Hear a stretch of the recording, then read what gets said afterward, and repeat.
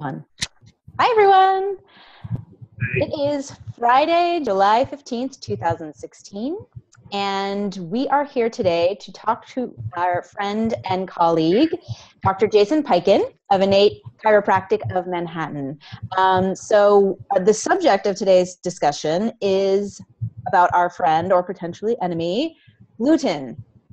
So this has been a topic that has been all the rage for the past few years, and not in such a positive light. And so we're going to discuss more today about what gluten is, why we should potentially be concerned about it, and what we can do about it. So we have an expert here today to give us his insights on the subject. And so thank you so much for being here today, Dr. Piken. We are so happy to have you here. Thanks for inviting me, Amanda. Awesome. And so for those of you that don't know me, my name is Amanda Brumel. I am the founder of Real Urban Wellness. I am a certified holistic health counselor. I received my accreditation at the Institute of Integrative Nutrition, and it's through the American Association of Drugless Practitioners. That was back in 2006. And so I have been working with clients for the last 10 years. I started my journey on the natural path in my early 20s when I was suffering from a number of inexplicable ailments that weren't really being solved through the traditional methods. So I really started exploring other pathways. And Dr. Piken is actually someone that I discovered along my path. He was my chiropractor when I was living in New York, and I really appreciated his focus on education and knowledge and really empowering his patients into learning more about their own healing process. So I'm very happy to have him here today to give us a little bit more enlightenment on the gluten subject. So just so everyone has a little bit of background on Dr. Piken, he is a 1996 graduate of the New York Chiropractic College. During chiropractic college, he became proficient in Gonstead, which is a system of analyzing the spine. And he has since spent hundreds of seminar hours broadening his technique skills to include chiropractic biophysics and applied kinesiology. So I have to admit, I don't know what chiropractic biophysics is. I do have some experience with applied kinesiology due to Dr. Piken's work with me. So he's going to explain a little bit more what each of those means as our discussion goes along. But I would love to jump in with just a little bit of background about you, Dr. Piken, and what inspired you to begin your chiropractic practice. Okay. Well, the beginning of that, I guess, starts in really first grade. There was this contest for Health Day, Children's Health Day, and I drew a picture of that you should visit the doctor ahead of time and eat an apple a day so you can prevent disease. I drew this picture and I won an award for it. And all my life, I kind of wanted to be a doctor. I did want to be a doctor. There was some fireman, dreams in there too when I was little. But I was mostly a doctor. But when I got into later high school and went to a hospital science program where you can work in a hospital instead of school, and then I became an EMT my freshman year of college and got exposed to more of the medical community, I learned that I really wasn't meant to be a doctor. I didn't like the hospital setting, the disease, the sickness part of it. And so being disillusioned, I kind of lost my way. Found it again when I heard that my friend got into chiropractic college. And I just really thought I was smarter than him. Really, really simple. I'm like, okay, I can make people's backs feel better. That's all I thought it was at the time. But then I got my first adjustment, met my first chiropractor, and then soon in the process of school learned that it's really a holistic way of caring for the health of the entire body without drugs and surgery, which was really what I was looking for, and I just didn't know. And so that led me down the path of just learning more and more as time went on. So tell us a little bit more about your practice and what makes it unique. I'd say the biggest thing that makes it unique is I never think I know enough. You mentioned a few different techniques there. There's actually lots more that you just can't put names on. But Gonstead was the first system that basically allows you to look at the spine and adjust only the spots in the spine that are really ultimately necessary, that are causing nerve interference, rather than cracking everything and just jumping on people.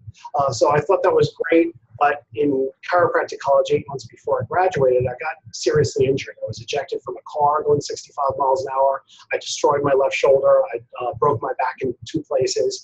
And I learned that I couldn't do this technique because I only had one arm and a very painful back. So I learned chiropractic biophysics, which basically is another technique that fixes posture and allows the body to be free in a different way. And then when I learned that that wasn't enough, I got into applied kinesiology and nutrition. And what the whole practice is filled with now is making sure that each individual is structurally sound, nutritionally sound, emotionally sound, and lives the right lifestyle. And I've learned over the years that the people that encompass that holistic approach of taking care of everything always do the best to get the greatest results. So I coach them into doing all those things. And I really appreciate that about you as well, that you're constantly searching for answers and adding to your education and seeking new modalities, because as our world shifts and the concerns of our community shifts, there's always more to be learned. And so I love that you really do incorporate so many different components into your practice. And I found that really helpful as I was, really in the beginning of discovering what some of my digestive issues were and where they were stemming from. And a lot of what I discovered was through my work with you. So let's talk a little bit more about the subject of the day and dispelling the mystery, because there are a lot of people out there who still have no idea what the heck gluten is. And so there's a funny Jimmy Kimmel video that I know you're a fan of as well. And they ask people on the street, what is gluten? And the answers are pretty hilarious. So it's very clear there's still some education around the subject, even though we see gluten-free in every supermarket, even in some delis. It's really become all the rage in terms of the health community, but a lot of people are just kind of jumping on the bandwagon without a lot of information as to what it is. So I'd love to hear from you a little bit more about that. Okay, I'll give you like the simple background basics. Gluten is a protein that's found in wheat, rye, and barley. That's it. Okay, and some people, it's a very small percentage of the population, which is 1%. I mean, it can go up to 2%, depending on which population you're looking at specifically genetically, is a celiac person, which means they have a genetic allergy to this protein.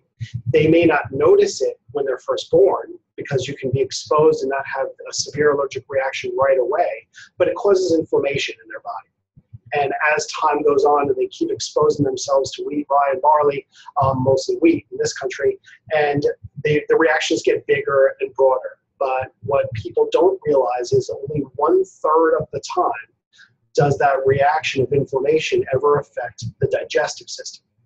Gluten reactions can affect only the brain, only heart tissue, only joints, only muscles. It can really affect anything.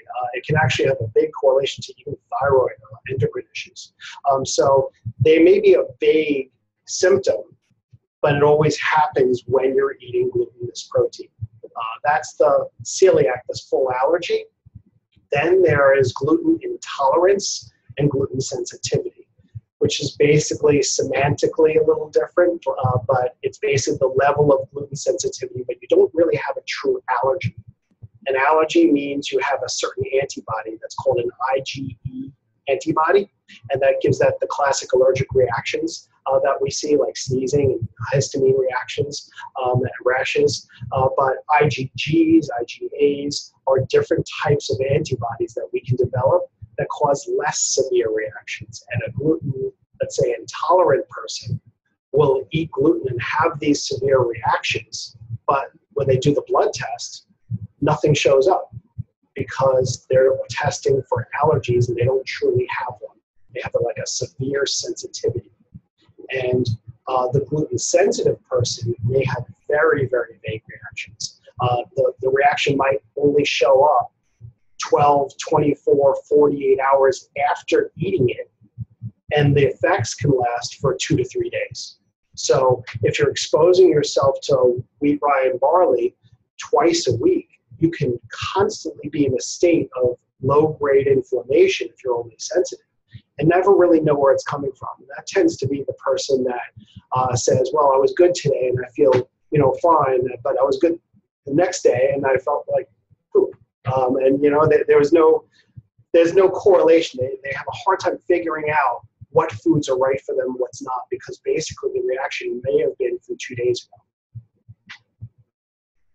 So what do you think is the best way for someone to track that? I mean, how can someone stay on top of whether it is in fact gluten or perhaps it's a different food sensitivity?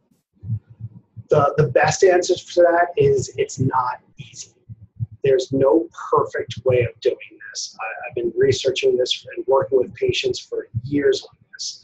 And the best, most clear way I have found to figure out what's right and wrong for the body is using an AI paleo diet to start with. I'm not saying that's the only way.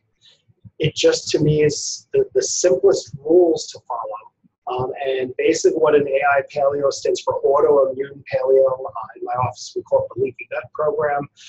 And basically what it means is you're eating all types of animal proteins, meats, fish, poultry, lamb, whatever it is, and animal fats, healthy fats like coconut oil, and fruits and vegetables. And that's it. Oh, and not nightshade vegetables, which is and fruits, which are tomatoes, potatoes, eggplants, radishes, peppers. So you're very limited in your diet. You're eating out of like this little box for a number of weeks. It can be as little as 2 if it's a low-grade problematic person, or when I see serious autoimmune problems, 12 weeks.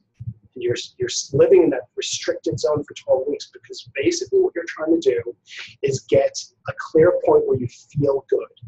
If you can feel good for 2 weeks, then start reintroducing the foods very slowly that you've been avoiding. 1 week at a time, you enter a new category. So basically, after, let's say for 2 weeks, because I'm actually doing it right now, after 2 weeks, I'll reintroduce nuts and seeds. After 3 weeks, I'll introduce nightshades. After 4 weeks, I'll introduce, going down the line, eggs. And just keep going like that. And basically, you do that slow introduction, you can see how those foods affect you. Because you can't give it too short, too quick of a period of time. Because remember, if it's only a sensitivity, it might not show up for a few days. So the minimum, the reintroduction has to be 3 or 4 days. And you're looking for any signs. It doesn't have to be digestive disturbance. It could be fatigue, brain fog, joint pain, muscle cramping, just some type of thing that makes you know that you are significantly different on these days than you were in the last couple of weeks. And then once you get a reaction, you stay away from that food, go back to the strict diet, clear yourself again, reintroduce the new one. And even though it's a long-term process, it is the best way I've seen of doing it.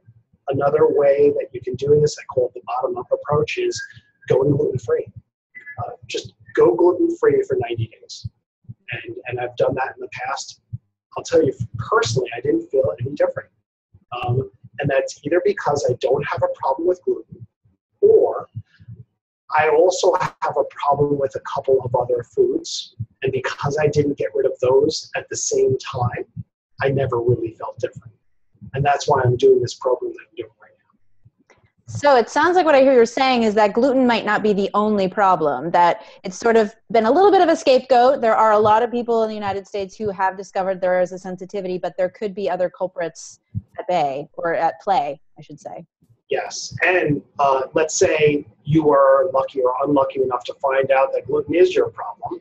Well, if you've been eating it your whole life, it could have been irritating your gut to the point of something called leaky gut, and I'll get into that as much as you want me to, but basically an irritation of the intestinal lining that makes you more susceptible to having more food sensitivities. And you can have these, they're called cross-reactive reactions in the body. So basically, things that kind of look like gluten, chemically, you may be reactive to those. And that could be like the whole grain family. So some people that don't feel different going gluten-free, maybe I'll suggest that they go grain-free for a period of time. And again, it's easier to do the most restrictive and then open it up then start peeling backwards, because if you don't feel good, you're never sure why. So it's the fastest, most accurate way is going the other way. And by the way, the only lab test that I think is really pretty accurate is Cyrex. Cyrex is a lab out of Arizona. 49 states approve it for usage, and you can use it everywhere. It's not allowed in New York, so I don't use it. I've gotten people's reports that I've seen and looked at because they brought it from other doctors, but New York doesn't recognize the IgG as an allergy, which it is, and it's a food sensitivity. So we're not allowed to do the test. But it's a great test. It tests for lots of different foods. It's a very accurate, specific test. And for those that are curious, I'm in California, I'm in Los Angeles, and Cyrex is available in California. It's spelled Cyrex, so that's Cyrex. So I have a couple of questions for you. So if someone they discover they have a gluten sensitivity, they've done this protocol, they have a gluten sensitivity, and they don't stop eating gluten, right? Is it possible for a sensitivity to turn into something more serious?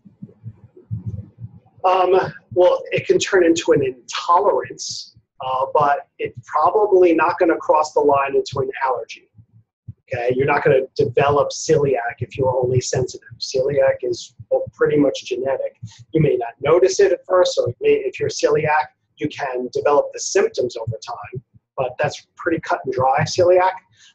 The sensitivity world, which is anywhere from like 40 to 60% of the population, depending on who you're asking, so it's a pretty wide variety of range of people, the symptoms can get worse, because think of it as this.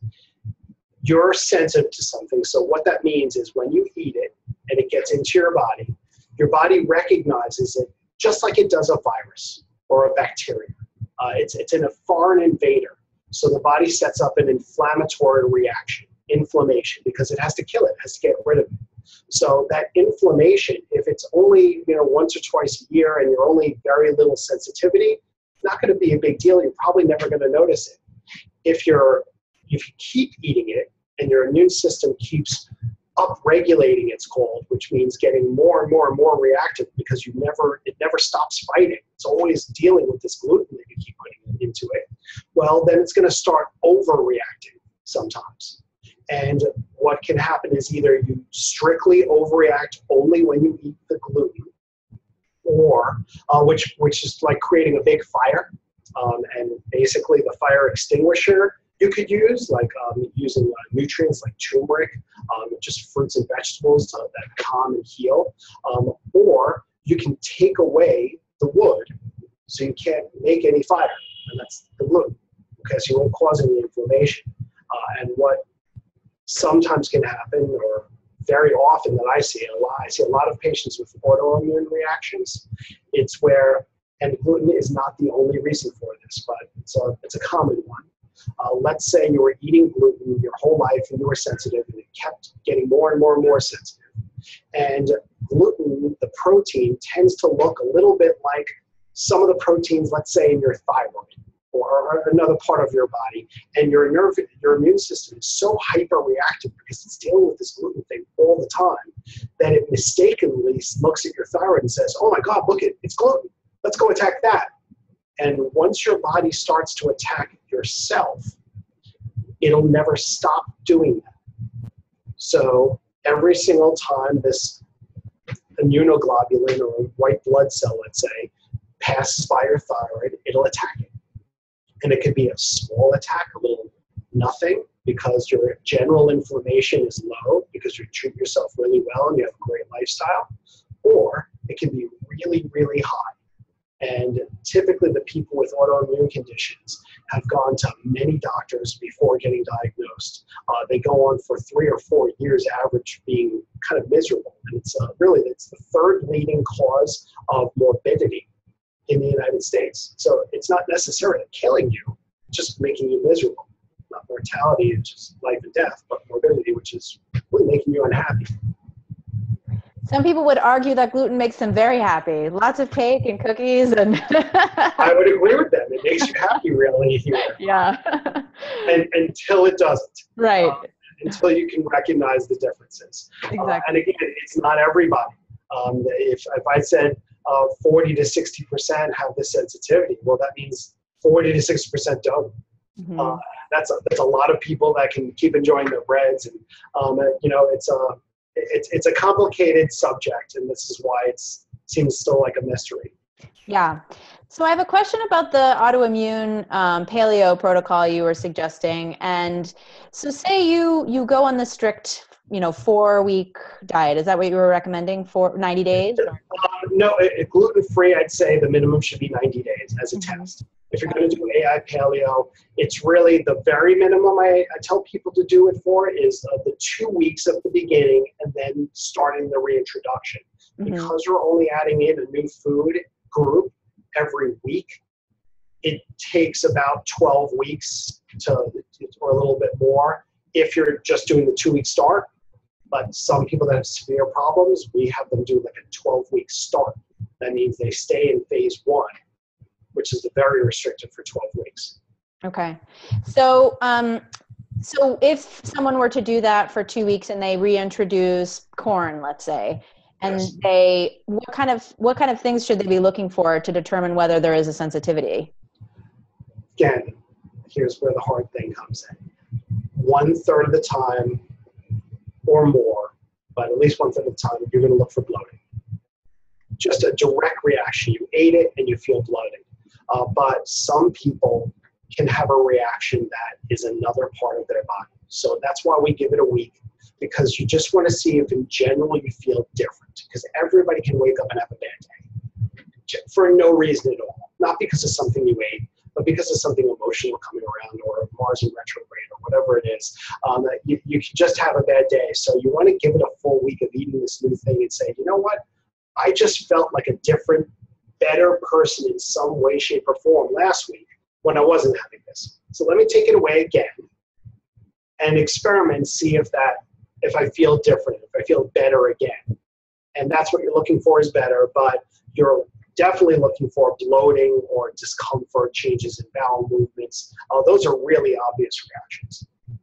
Sometimes we get the less obvious.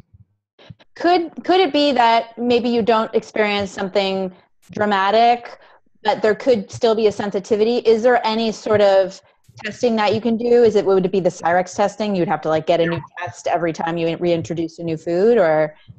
No. The Cyrex testing tells you, with a good level of sensitivity, all the foods that you're sensitive to. So basically what you do is you remove those, or the best is to work with the practitioner that gave you the test, because they may have a protocol based upon what else they know about you.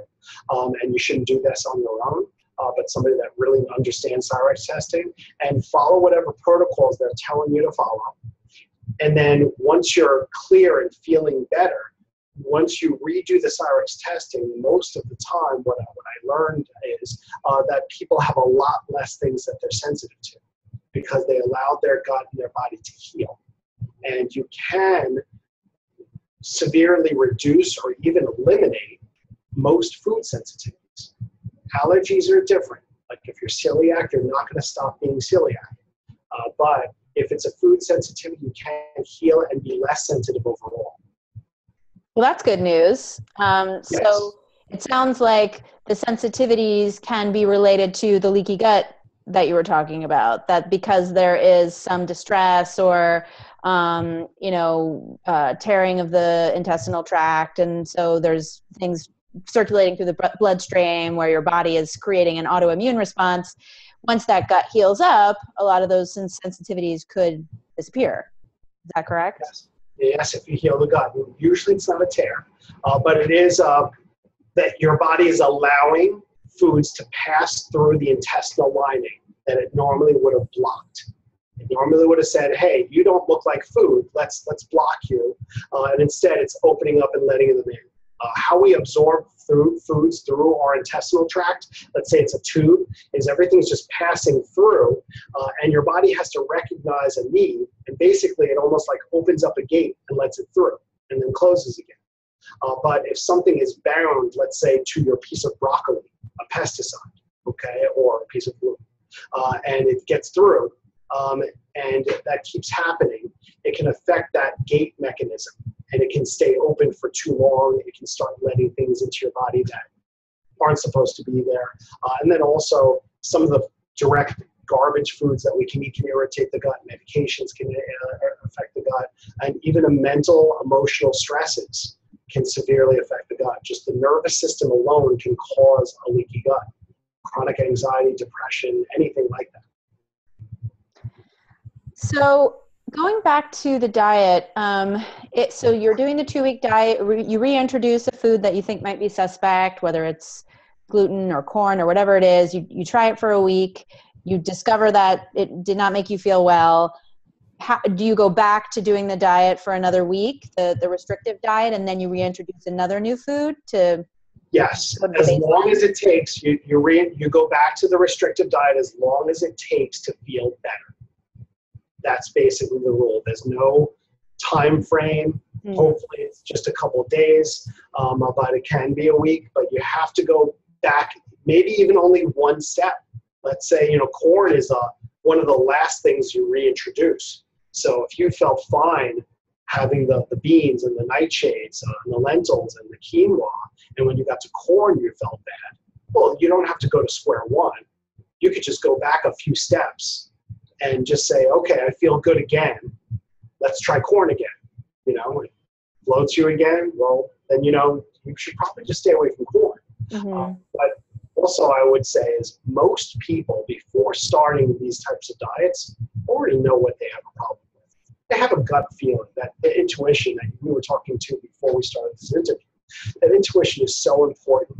If you believe you have a problem with dairy or eggs, or whenever you eat a certain type of bean, you just don't feel right, don't ever reintroduce it. You already found it. Your gut is correct. Your intuition is correct the vast majority of the time. It's when you're really confused that you have to do these types of programs.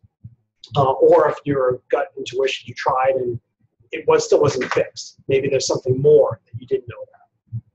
So what are some of the other foods? I mean, we talked about gluten and some other things that could be potential threats to our health. What are some other foods that cause people sensitivities? You mentioned nightshades could be potential. What else would you put in the category? It's definitely different for everyone, but I'd say the most common are grains, especially gluten grains, but non-gluten grains like spelt and kamut. Can be, or even rice. It's possible. Rice is one of the least reactive grains I see, but there are some people that have a reaction to rice. And then next, beans. Mostly people have problems with the beans because they're not good at breaking down fiber. And it's a lot of fiber, and it creates like this gas reaction because of the type of bugs that they have living in their body. But it can literally be anything. The most common: wheat, sugar, dairy, eggs, soy. That's it. So here's a modification. Stay away from wheat, sugar, dairy, egg, soy. If you feel great, reintroduce one of those. Okay, and that's a simple experiment. It's a little less restrictive, but you got to do something. You have to experiment with something. Unless you have an iron gut and you have perfect health, and there's absolutely nothing wrong with you. There's some people out there. Why do you think all of these food sensitivities and issues with the gut are suddenly becoming such a huge issue? It seems like everyone is coming up with something that they're struggling with. So why do you think now? Good question. There again is no definitive answer, but I'm going to go back to a 60 Minutes interview that I heard with one of the people that run Doctors Without Borders. So these are basically medical doctors that travel to all over the world where care is really needed. And this person was a nutritionist for Doctors Without Borders. And what he wanted to come up with was a food that would be shelf stable even in hot environments where they couldn't have refrigeration. and would supply all the necessary nutrients for a person to survive. Maybe they wouldn't be the happiest person in the world, but at least they could survive. And the food that he came up with was peanut butter with a multivitamin. It was just this little cup with peanut butter and a multivitamin. And I believe it was Leslie Stahl that was interviewing him. I'm sorry if it wasn't him. It wasn't her. But she said, well, peanut butter, what about peanut allergies? Everybody in this country, not everybody, but peanut allergies are such a scare. How can you just give peanuts to all these people in Africa? Aren't there horrible allergic reactions? And he simply said, and this is why it's burned into my head, is there aren't any peanut allergies in Africa. Now, he didn't go into explaining why, but what I believe is that in these very poor areas where they have limited food, and that's their problem, they're not irritating their body with tons of different choices. At most, they're eating 5 or 6 or 7 different ingredients, and the body needs the nutrition so it accepts it. I live in New York City. I have every single country's food within 6 blocks, and I can eat from all over the world. And just the variety sounds great. It's great for the taste buds and the brain. It's great to experience that of life, but that complexity has never been exposed to humans before the last, 40, 50, let's say 70, 80 years. That's it. And so the amount of complexity of information that our digestive system is taking in, I believe, is a contributor. And then you just add in pesticides, hormones, antibiotics, genetically modified foods. And you just open up so much information that the body is taking in that it never had before 100 years ago. And the body has developed these reactions. So it sounds like what you're saying is there's an overwhelming toxic sludge that we are now trying to deal with that, 50 years, 100 years ago, we didn't have because our options were so much more limited.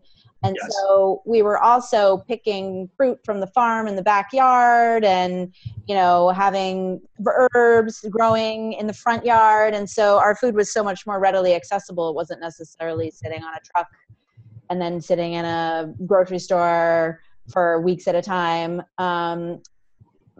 One question I have is, in terms of the gluten issue, I've been reading articles that say in Europe, people are not having the same issues as we are in the US. So I'm curious what your take is on why there is that disparity. Why in the US is there is it just because we're all paranoid, or what's going on there?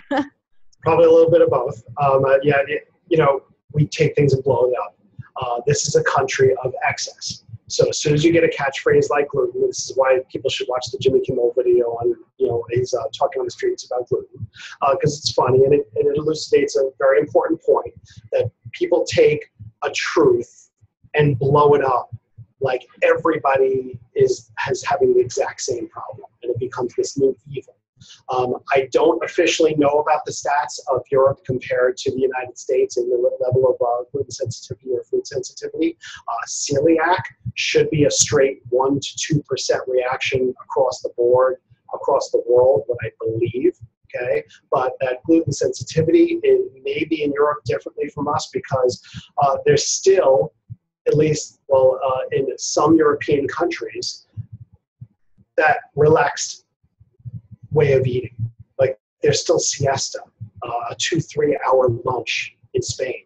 When I was in Italy in August, Italy was closed. The whole country was on vacation, and they take more time. Europe in general has rejected genetically modified foods over and over and over again. So there's just less excess.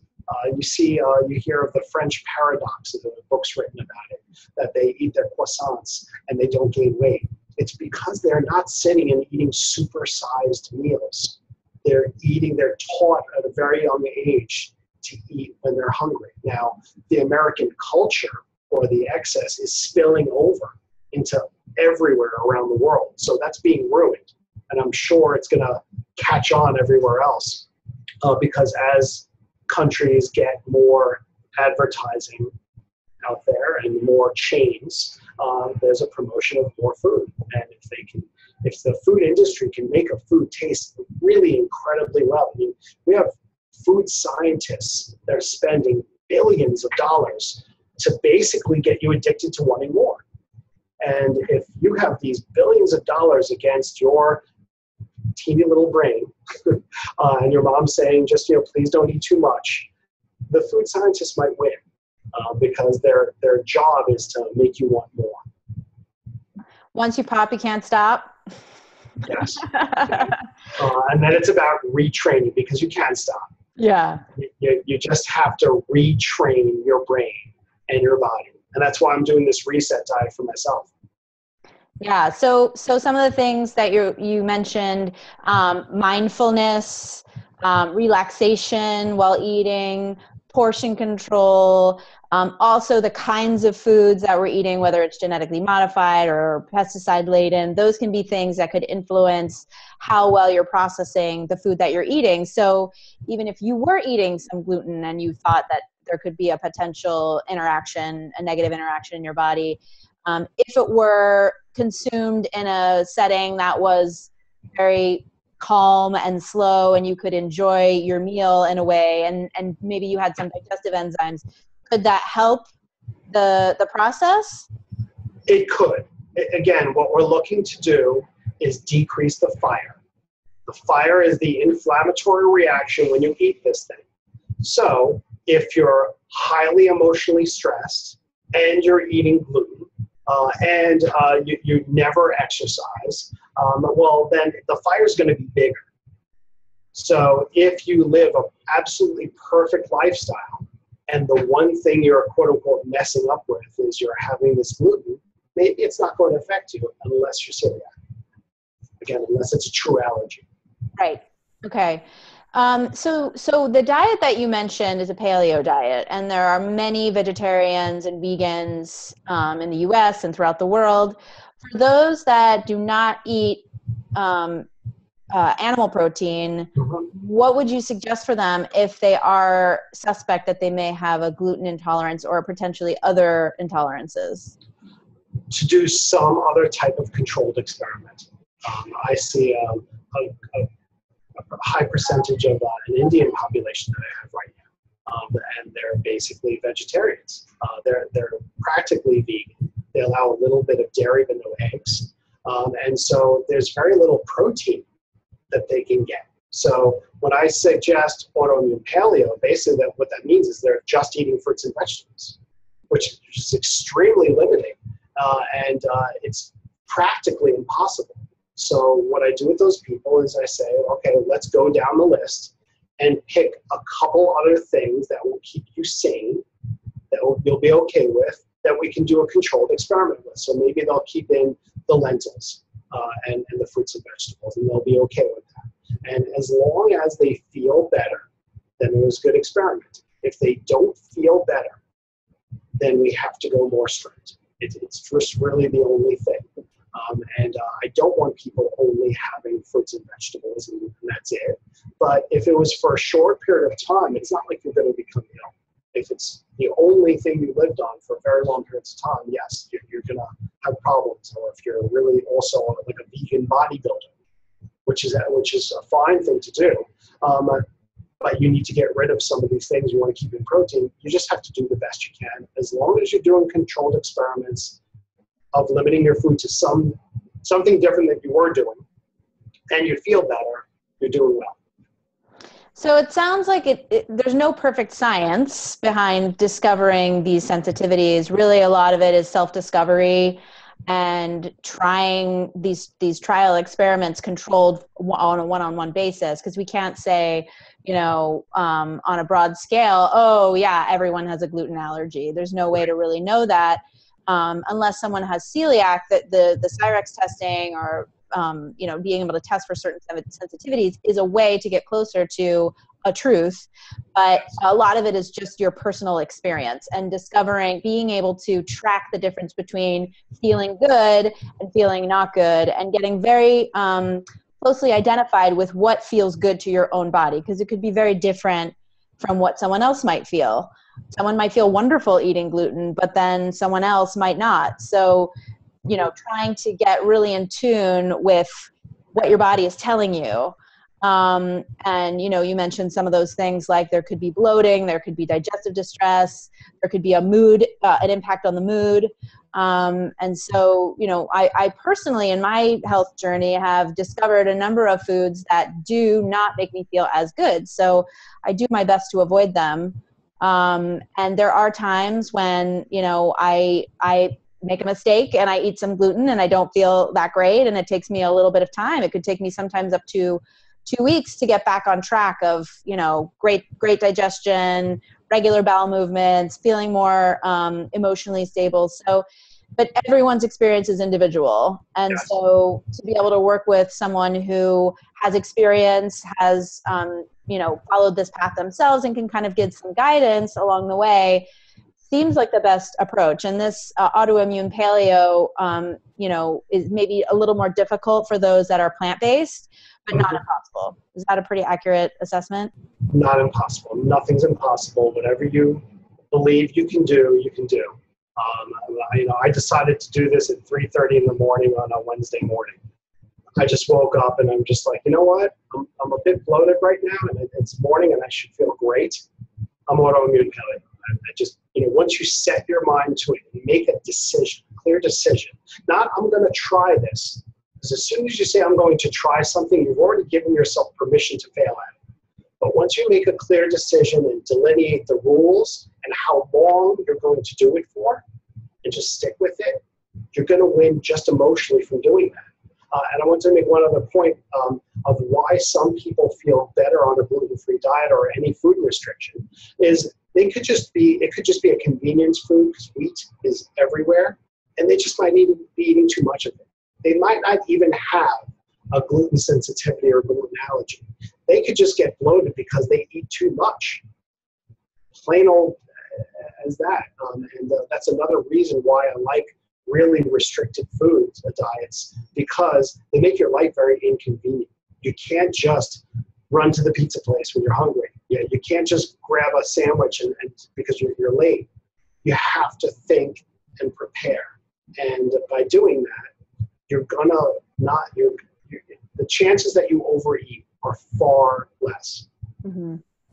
Yeah, and you're also really aware of what's going into your food. There's probably a lot less preservatives and chemicals and sugar and all of that if you're preparing fresh, whole food at home. Yes. I'm not a person who loves to cook, so I have really had to train myself to get into the habit because I was in a very busy lifestyle in a corporate job for 6 years, running from place to place, just needing to get whatever I could and not paying attention to portion sizes, not paying attention to, the amount of soy that could be in my food or preservatives, chemicals, all of those things. And I did start to feel a heaviness and I didn't feel as light and energetic as I normally did. And so I did invest in a program where I get my food delivered. I cook my meals at home. It's mostly fresh vegetables and fruits. And I am on the paleo diet. I'm not on the autoimmune paleo diet right now, but for me, it really works. And I feel a million times better. My skin has cleared up. I feel more energetic. And there's some other natural remedies that I've incorporated into my protocol as well. But food is the main thing. And I think,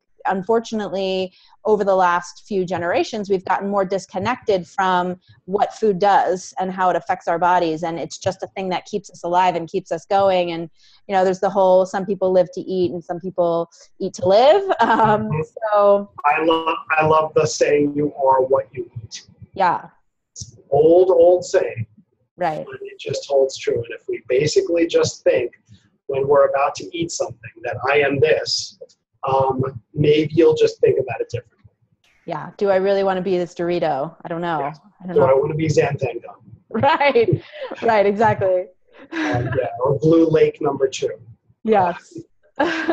So what, in terms of other, in terms of chiropractic and applied kinesiology, how can some of these modalities help people who might be struggling with some food allergies or food sensitivities?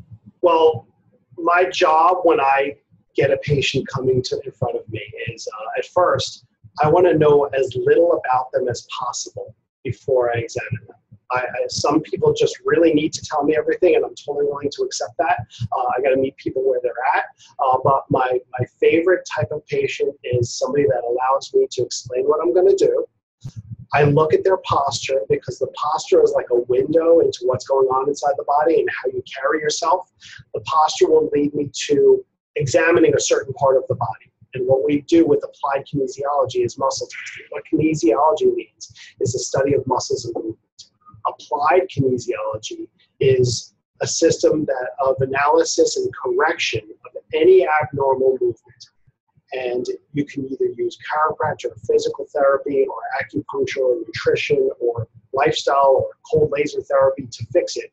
But it allows us to analyze exactly what part of the body is malfunctioning, what specific muscle. And the body will use this biofeedback to teach me exactly what's wrong with it. And so let's say it's something that to go along with gluten. Let's say it's the right pec clavicular muscle, a muscle that goes across here. It has a relationship to the stomach. I can't diagnose stomach disease from doing a muscle test, but basically through the acupuncture connection, it has this relationship to the stomach. So if that muscle is always weak when I muscle test it, I see how strong it is. It could be because the muscle needs to be worked on. It could be because there's a subluxation, which is a misalignment of the spine that's irritating the nerves going into the muscle, or that the stomach's being irritated. Now, why is the stomach being irritated? Well, hey, let's stay off of gluten for a couple of weeks and see if that fixes you. Let's give you this zinc supplement to see if that helps you. And it's basically this controlled experiment based upon what the body feeds back to me. Now, if I take muscle testing and your complaints, and you tell me what you feel and what I learn about your lifestyle, then we can really put together a plan to help you. But it's basically using as many tools as possible rather than just what your blood work says or just how you feel or just where the pain is. You want to tie in as many factors as possible, and that's why I love applied kinesiology. It gives me the most tools to analyze a person.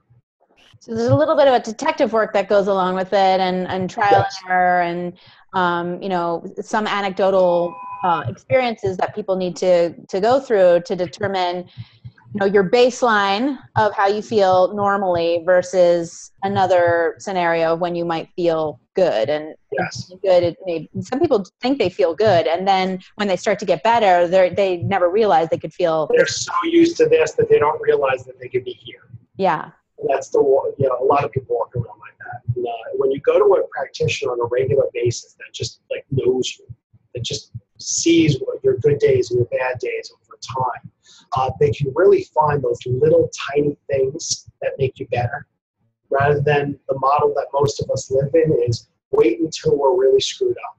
Yeah. The yearly blood test, which is preventative that we get from our doctor, they're basically just sending us back, wait another year until you're screwed up, and that'll do something for you.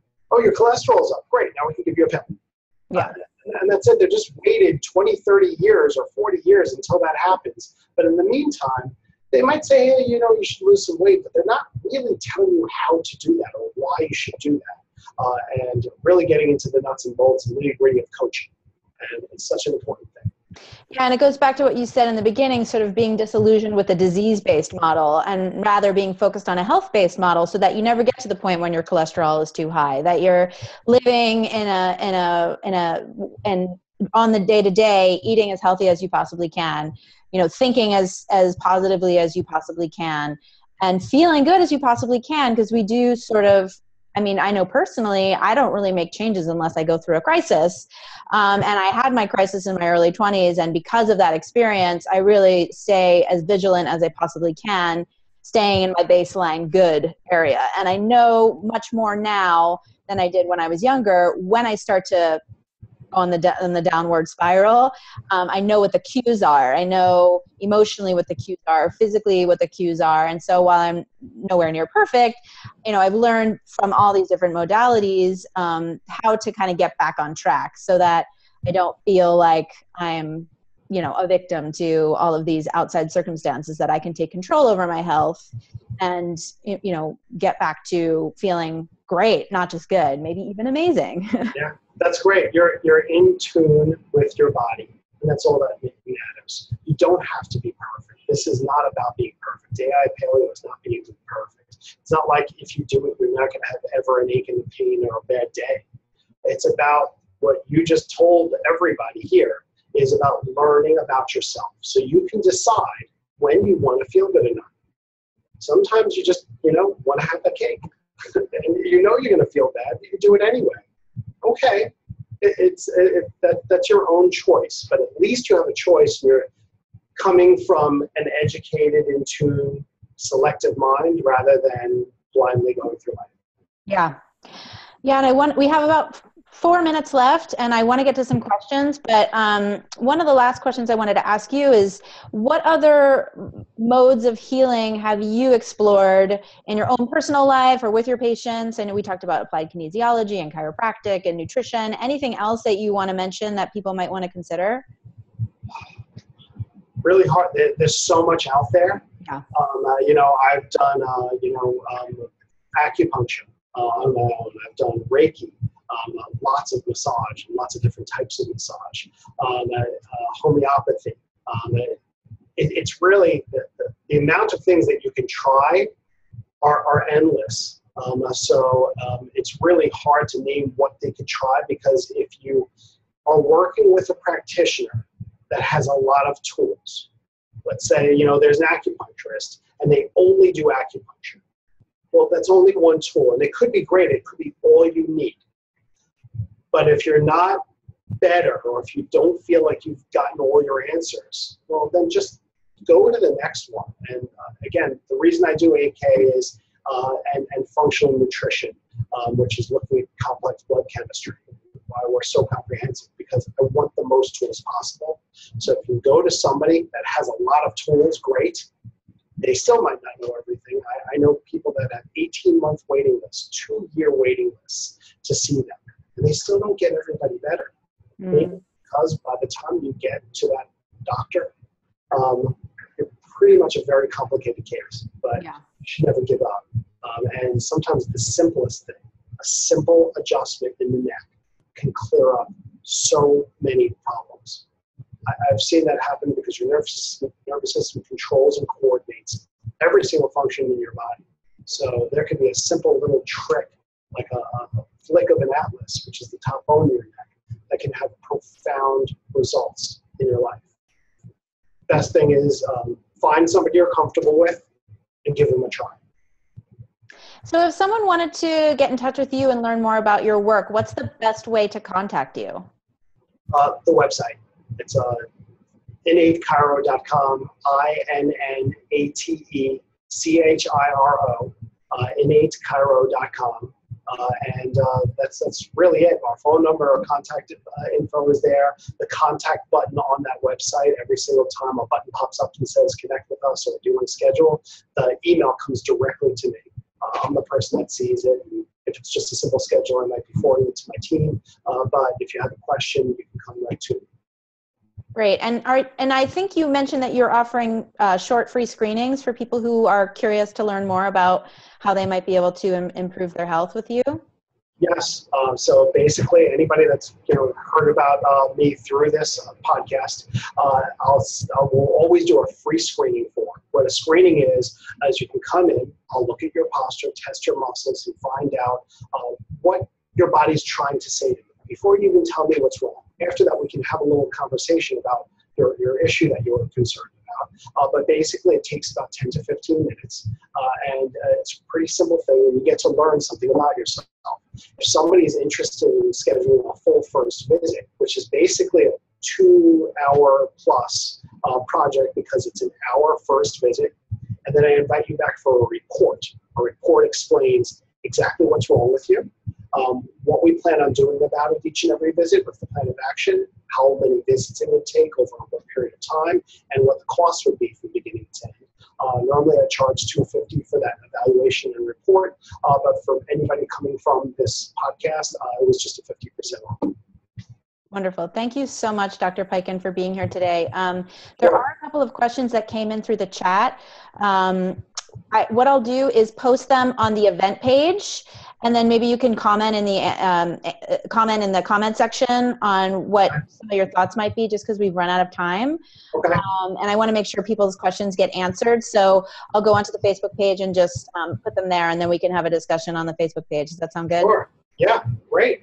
Great. Well, I want to thank everyone for joining us today. Again, I'm Amanda Brumell of Real Urban Wellness, and it's been a pleasure. Again, thank you so much for spending your time with us here today. And if any other questions do come up, you can head over to the Facebook invitation page, or you're welcome to email me. My email is realurbanwellness@gmail.com. That's realurbanwellness@gmail.com. Or you can find me on Facebook at Amanda Brumell. And I'm happy to get any of your questions answered by Dr. Piken or myself. So thanks again for joining, and we look forward to seeing you next time. Thanks for having me, Amanda. You're welcome. Thank you. Bye.